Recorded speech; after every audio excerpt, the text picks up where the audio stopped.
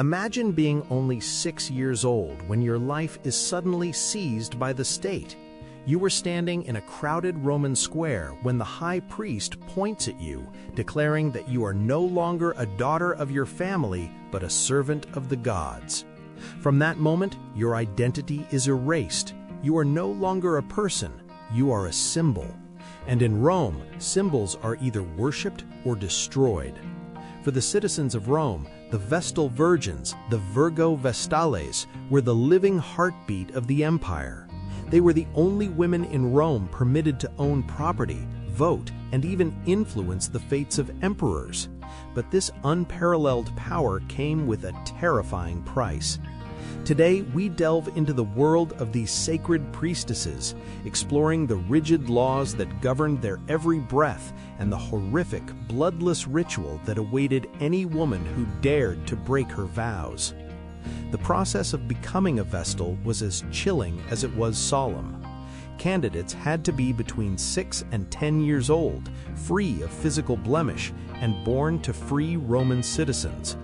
Once the Pontifex Maximus, the chief priest, selected a girl, she was led away in silence.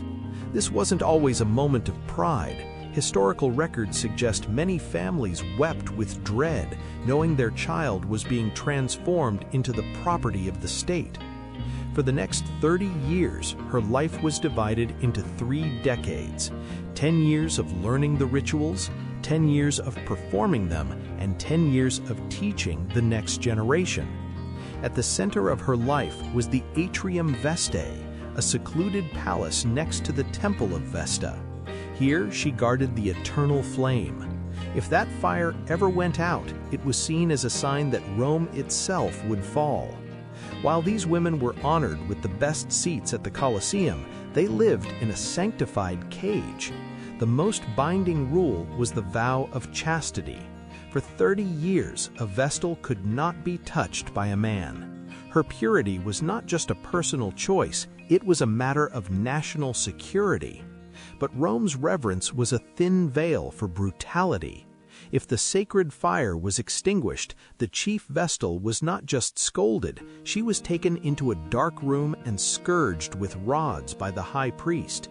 This punishment was always done in private, away from the public eye, ensuring the dignity of the office remained intact while the woman herself suffered in silence.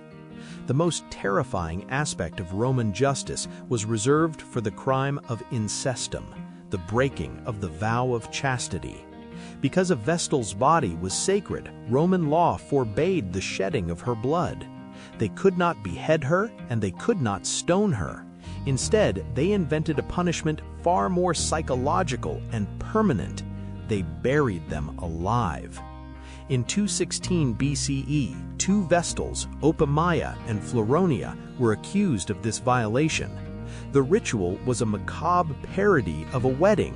The condemned woman was wrapped in white veils, placed in a litter, and carried through the city in a funeral procession. At the Field of the Wicked, a small underground chamber awaited.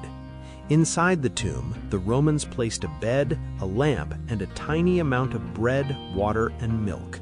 By providing these minimal supplies, the state technically didn't kill her, they simply left her fate to the gods.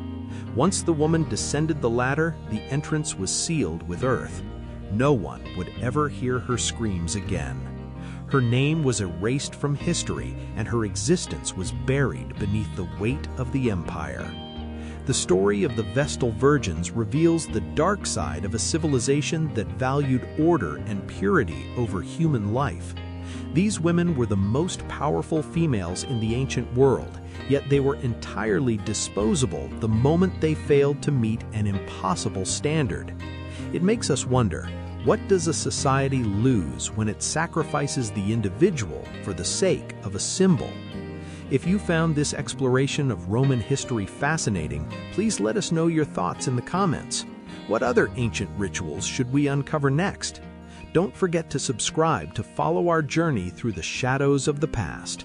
Until next time, remember the lessons of those who lived and died in the service of the flame.